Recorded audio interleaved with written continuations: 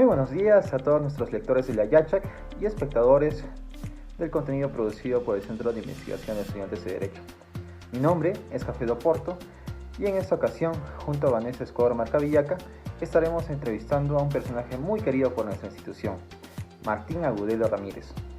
Martín Agudelo Ramírez, quien es catedrático universitario en las universidades como la Pontificia Bolivariana, la Universidad Libre Latinoamericana y la Universidad de Medellín. Además, desempeña un cargo como juez, como magistrado en el Tribunal Superior de Medellín. Y por si esto no fuera suficiente, también es director de cine. Entre sus cortometrajes tenemos a Tríptico de una dama extraviada, en el cual nos planteamos la siguiente pregunta: ¿qué sucede con la justicia? En medio de tanta confusión hay una oportunidad. ¿Será que la dama cuestionada atiende los ruegos que se hacen en nombre del amor? El corto presenta una apuesta intimista sobre la justicia en tiempos de crisis y sobre el dilema de la libertad. Y otra de sus producciones es Un guardián ante el espejo, donde conocemos a Samuel, un juez que se encuentra solo en su habitación, atormentado por sus acciones. Es llevado por una enigmática mujer a través de complejos laberintos en los que habita, los de su propio interior. El hombre está ya muy confundido, pero no puede evadir lo que ve a través de un espejo retrovisor que le juzga como un guardián ante la ley y a través del cual nos devuelve su mirada. Estas, entre otras películas que él ha producido, nos hablan sobre su experiencia tanto en la rama del derecho como en esta rama del cine. Así que sin más dilaciones, empezamos la entrevista y esperamos que sea de su agrado. Quisiéramos preguntarle, en los argumentos de ficción, para usted, ¿qué imagen representa el cine respecto de la realidad? Pienso que el cine de ficción es un espejo de la vida. Es que el cine justo trabaja con los trozos de la realidad y a partir de un proceso hermenéutico de comprensión y luego de construcción a través de la pantalla, el cine tiene todo el poder para envolvernos y a través de una magia realmente dionisíaca nos atrapa para realmente conectarnos con algo que creo que este arte lo logra como ningún otro y es atraparnos con el sentimiento. Y el cine nos forma en un proceso de educación sentimental para que la vida a través de la pantalla como un espejo se nos devuelva y nos dé cuenta de nuestros límites, nuestras miserias, de nuestras esperanzas, de nuestros anhelos. Eso es lo que yo les puedo decir del cine. El cine realmente, y pienso que el Lavoie Gillet lo describe fácilmente, hace que la realidad realmente llegue a nosotros sabiendo que no es realidad a través de la misma ilusión, pero para estructurar y configurar nuestra propia realidad, nuestra propia realidad. Hablamos de ficción, pero es que se ficciona a través de un proceso hermenéutico de comprensión y de construcción para nosotros ser más conscientes acerca del entorno en el que vivimos y tratar de comprendernos mejor a nosotros mismos. Muchas gracias, doctor. De acuerdo a las películas que vio a lo largo de su carrera y su vida, ¿podría describirnos las principales características que tiene un juez en el cine? Y si estas películas que vio a lo largo de su carrera contribuyeron a su formación ética como magistrado o le sirvieron de modelo. En el año 2004, un discípulo mío de la Facultad de Derecho de la Universidad Autónoma Latinoamericana de Medellín estaba haciendo su maestría en la Universidad Carlos III de Madrid. uno de los cursos de la maestría Cine y Derechos Humanos fue para entonces un referente claro para mi exdiscípulo.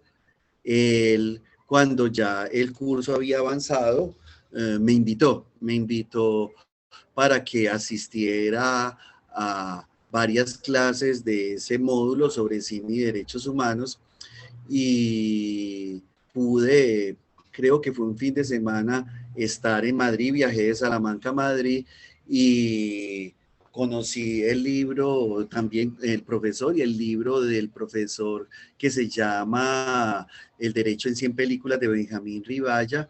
Y hasta entonces yo no tenía muchos conocimientos sobre el cine judicial, sobre el cine jurídico, y realmente me atrapó, y en ese momento yo comprendí. Yo ya era para entonces juez, no magistrado de tribunal, sino juez, que podía convertir el cine en una herramienta pedagógica para la enseñanza del derecho. Comencé, digamos, a ver muchas películas sobre cine de abogados, sobre jueces, y realicé, digamos, un proceso investigativo sobre un buen número de películas que, como ya les he dicho a ustedes, pocas películas latinoamericanas, iberoamericanas, demasiado cine norteamericano y europeo, pero tuve ahí un referente para pensar sobre el ser del juez, sobre el deber ser del juez, sobre cómo es la relación entre los jueces y las partes, y realicé a partir de ver las películas, de estudiar, de evaluar un material sobre cine y derecho, porque no se había escrito mucho, al menos en lengua española, sobre el tema. Hice un primer escrito sobre el cine como herramienta pedagógica para la enseñanza del derecho procesal, y pensé básicamente en el proceso judicial y cómo ha sido tratado en el proceso judicial, cómo lo ha tratado, cómo lo ha abordado el cine. ¿Y qué he encontrado, Jafé y Vanessa? Sobre el cine judicial encontramos, digamos, dos líneas básicas, dos perspectivas, dos líneas, dos formas de mirar el papel del juez en el cine, la relación entre los jueces y abogados en el cine, y concretamente en un estrado judicial. En el cine que he consultado, y tenemos que aceptarlo, la mayoría de películas sí son norteamericanas, hay europeas y hay algún que otro referente también iberoamericano. Pero el cine que realmente ha dominado sí ha sido el norteamericano, y el cine que hemos podido ver es un cine sobre procesos adversariales, en donde, digamos, son las partes las que tienen amplias potestades de negociación en las fases liminares del proceso para definir los extremos litigiosos y los elementos de prueba que se le van a llevar a un juez, y a un juez que participa básicamente en una fase ya oral, concentrada, de práctica de algunas pruebas ya concertadas por las partes y de alegaciones, y donde finalmente interviene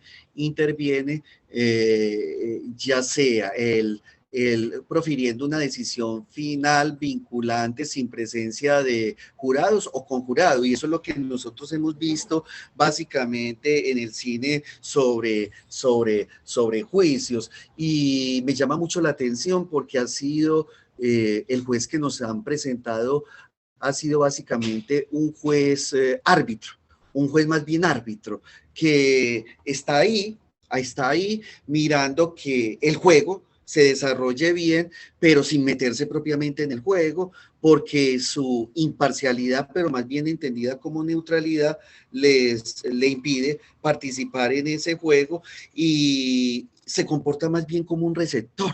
Entonces, lo que vemos en ese cine de juicios que básicamente hemos conocido ha sido el del juez más bien receptor, receptor que solamente ocupa un papel protagónico a la hora de fallar, pero quienes tienen realmente el protagonismo son las partes, son los litigantes que participan en esos estrados judiciales. Luego, salvo algunas buenas películas, la regla es que hemos visto al juez, pero al juez que más bien participa como un árbitro y que solo adquiere su papel protagónico a la hora de fallar, pero en donde el cine judicial se centra más bien como si fuera un escenario básicamente teatral en lo que dicen las partes, en lo que dicen los abogados, y centramos la atención en los abogados en ese cine de juicios, y en donde el juez es más bien, repito, es ese espectador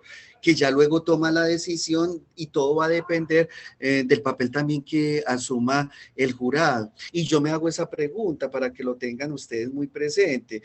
Realmente ese es el cine que más se ajusta a lo que nosotros reconocemos en nuestras propias realidades, y nuestros jueces actúan exactamente así como esos jueces en esos escenarios teatrales en donde son árbitros, como los jueces del cine norteamericano.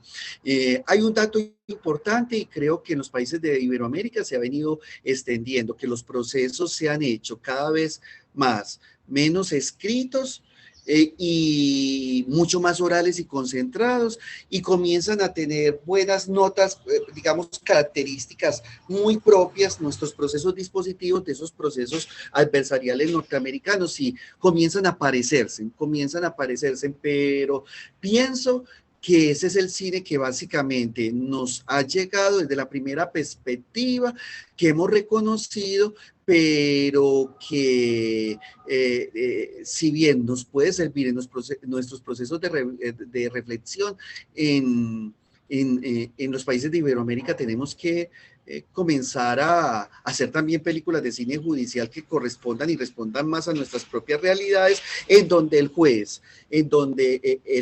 puede tener un papel mucho más activo, como lo necesitamos en estos países que le estamos apostando a que sean jueces de estados sociales de derecho, que tienen amplias potestades, por ejemplo, en materia oficiosa para decretar pruebas, y que no se limitan a que las partes se queden en un plano de igualdad formal, y que deben de asegurar que haya una igualdad material entre los litigantes en el proceso, para que finalmente se pueda proferir una solución sustancialmente justa. El otro tipo de cine que sí hemos visto, que es muy recurrente, y lo vemos tanto en Norteamérica como en Europa, y también, y que es el que más conocemos en nuestros países, es cuando los jueces están involucrados en escándalos de corrupción.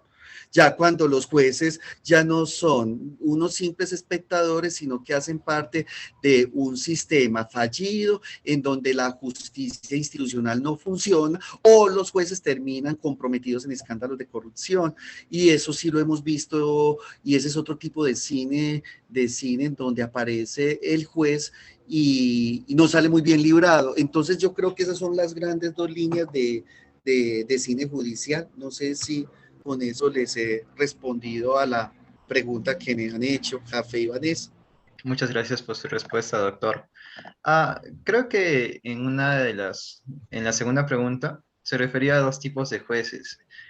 Y el segundo de estos era ese juez autoritario y parcial.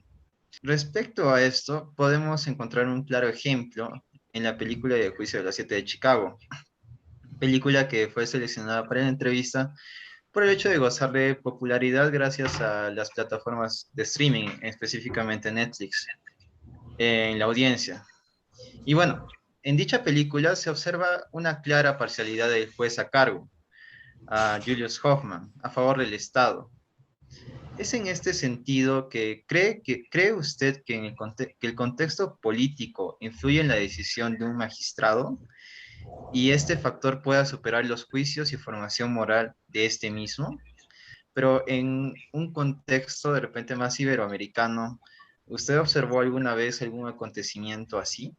Sí, comparto lo que dice sobre la película que justamente está mencionando, El Juicio de los Siete de Chicago. comparto enteramente tu afirmación, y una de las amenazas más graves frente a dos garantías esenciales que debe tener la jurisdicción, como son la independencia y la imparcialidad judicial, es la politización de la justicia. Y creo que ese es uno de los elementos que podemos encontrar en los juicios de Chicago. Pienso que en el juicio de los 7 de Chicago, la politización de la justicia es uno de los temas que nos sirve para entender cómo los jueces pueden estar condicionados, no solo porque haya presión de otros órganos del poder, sino por el propio contexto político que se está viviendo en un determinado momento.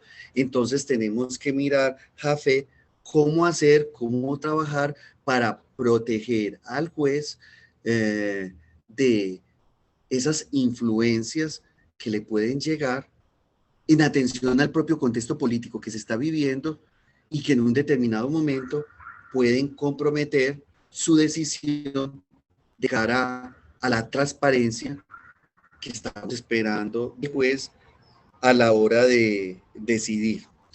En mi carrera como juez, uno de mis principales retos ha sido el de hacer que mis acciones en el día a día estén a tono con esas dos garantías a las que les hice referencia, y son la independencia y la imparcialidad, porque yo creo, Vanessa y Jafé, que el proceso realmente es el principal instrumento que actualmente tiene el Estado de Derecho para evitar la anarquía, el imperio de justicia por mano propia, las vías de hecho, porque cuando a la justicia institucional la desmantelamos, cuando al proceso judicial lo debilitamos, miren que los sistemas de hecho, las vías de hecho, las heterotutelas de hecho, las autotutelas de hecho, las autodefensas de hecho, la justicia por mano propia, comienza a desplazar algo que no puede perder su lugar, porque ese es el proceso, el principal instrumento que tiene la civilidad para, en un caso concreto, tratar de regularizar así el conflicto no se acabe del todo, no se termine, pero regularizar a través de una determinada solución con las partes a futuro, después de haber pasado por un proceso judicial, van a seguir tratándose, van a seguir conviviendo. Y en un plano en donde uno encuentre que la violencia no puede ser la respuesta, no puede ser la solución. El proceso tiene que ser dignificado, necesitamos buenos jueces y jueces que debemos de cuidar bastante, porque los contextos políticos, sociales y económicos son muy complicados y ahí están los jueces inmersos en ellos. Y ustedes me dicen que piense en contextos que realmente permitan ver cómo los jueces pueden estar en riesgo y de cara a lo que yo les estoy explicando. Y yo creo que en nuestros países de América Latina, ustedes tendrán los casos muy bien identificados, los argentinos, los bolivianos, los chilenos, nosotros los colombianos, en donde los jueces no solo aciertan, sino que también desaciertan, y desaciertan porque definitivamente terminan siendo seres débiles por la politización de la justicia o por la influencia que pueden tener otros poderes económicos, otros poderes en el ámbito político, como puede ser el legislativo, el ejecutivo, o lo que está pasando actualmente con la prensa y las redes sociales. Entonces, los jueces deben de tener mucho cuidado con eso,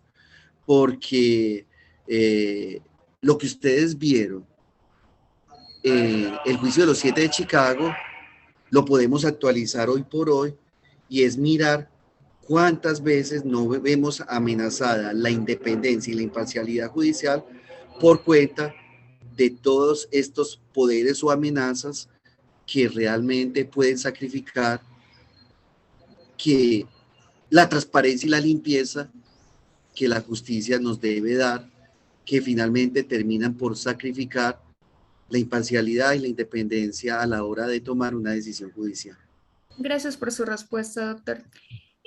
Precisamente respecto a lo que usted menciona de esos poderes que a veces influyen en la manera en la que un juez dictamina, es que usted ha reflejado esta problemática en el cortometraje que es de su autoría, Tríptico de una dama extraviada. En este cortometraje nosotros podemos observar el diálogo que sostienen la libertad y la justicia en un intento de poder volver a estar unidas luego de haberse separado por mucho tiempo. Teniendo esto en cuenta, ¿cuál considera que es la relación entre la justicia y la libertad que inspiró la producción del cortometraje? ¿Y cuál es el papel de los jueces para que ambas tengan armonía? El cortometraje se inspiró en 3, digamos, fuentes, 3 circunstancias, fuentes se constituyeron en punto de referencia para la realización del cortometraje. El primero, la investigación que emprendí sobre la obra de Alan Moore, concretamente la película V for Vendetta y su cómic V for Vendetta.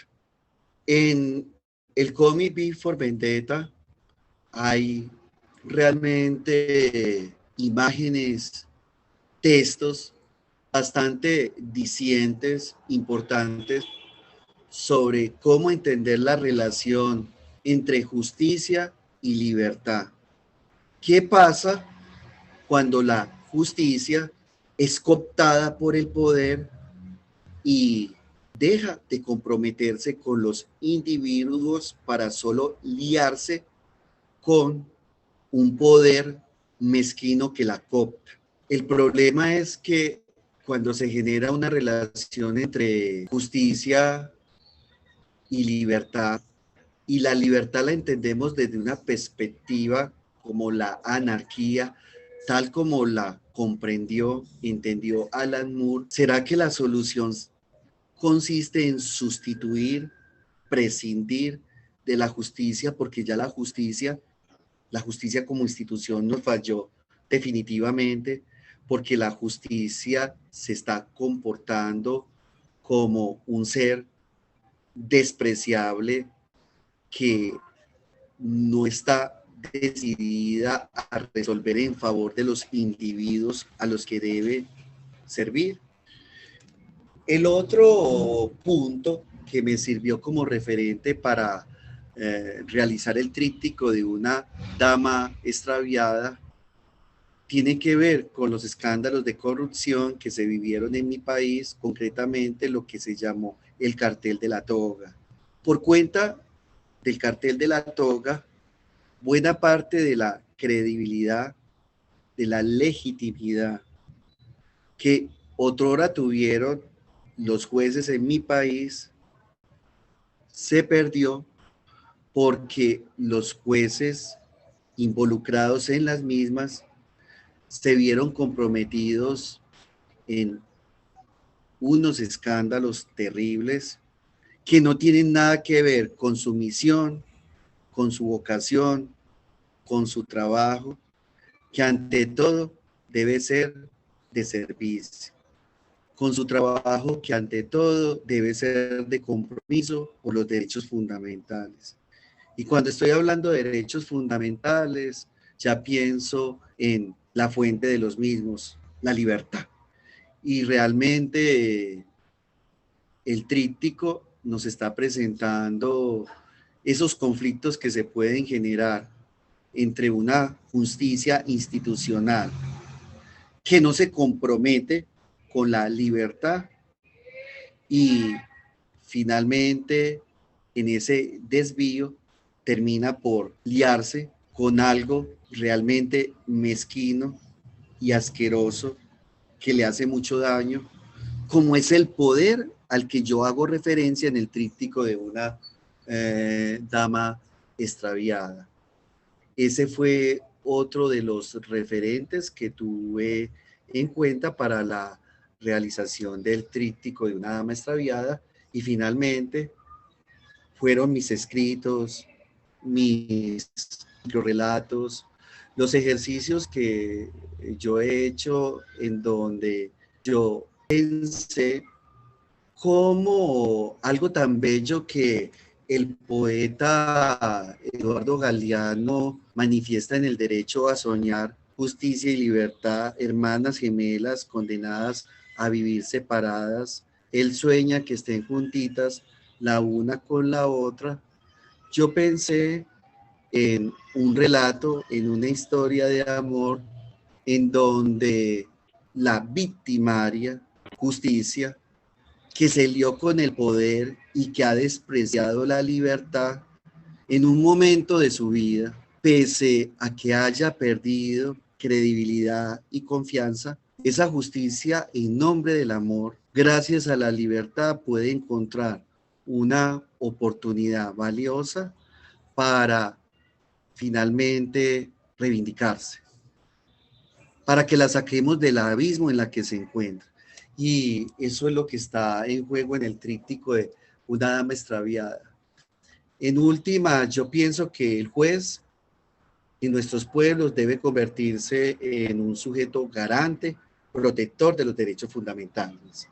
Y ese juez garante es el juez que está optando por la libertad, porque la libertad es la fuente de los derechos fundamentales. Un juez comprometido con los derechos fundamentales es un juez que finalmente va a recuperar su credibilidad y confianza frente al pueblo al que le debe servir. Muchas gracias de nuevo por su respuesta, doctor. Hasta ahora creo que tenemos entendido cuál es la labor del juez como juez en su profesión. Sin embargo, en el siguiente corto, dirigido por usted, un guardián, Samuel, un guardián tras el espejo, podemos observar un juez con conflictos personales. Y bueno, en este caso se observa que el protagonista, Samuel, se vio atormentado debido a un reciente caso que, no obstante de haberse resuelto conforme a ley, no respondía a la verdad y justicia. ¿Considera que la forma en la que actualmente los estudiantes de Derecho están siendo formados responde a la forma de ser de Samuel? ¿Y qué retos deben superar los educadores de Derecho para formar profesionales de Derecho más conscientes y empáticos? Samuel es el producto de un proceso educativo. Él hace lo que realmente aprendió en la Facultad de Derecho en la que estudió. A mí me preocupa demasiado que las facultades de Derecho sean solo facultades de enseñanza de la ley, solo vista desde una perspectiva técnica en donde se le invita al estudiante a aprenderse el texto literal de la ley para aplicarlo en determinados escenarios como son los propios de los procesos jurisdiccionales. Sería muy sencillo, y Recasens hace referencia a eso, que convirtiéramos al juez en una especie de ordenador y a través de una operación silogística solamente adecuara un caso al tenor literal de la ley y le diera vuelta ya luego a la manivela, apretara el botón para que se obtuviera propiamente el fallo.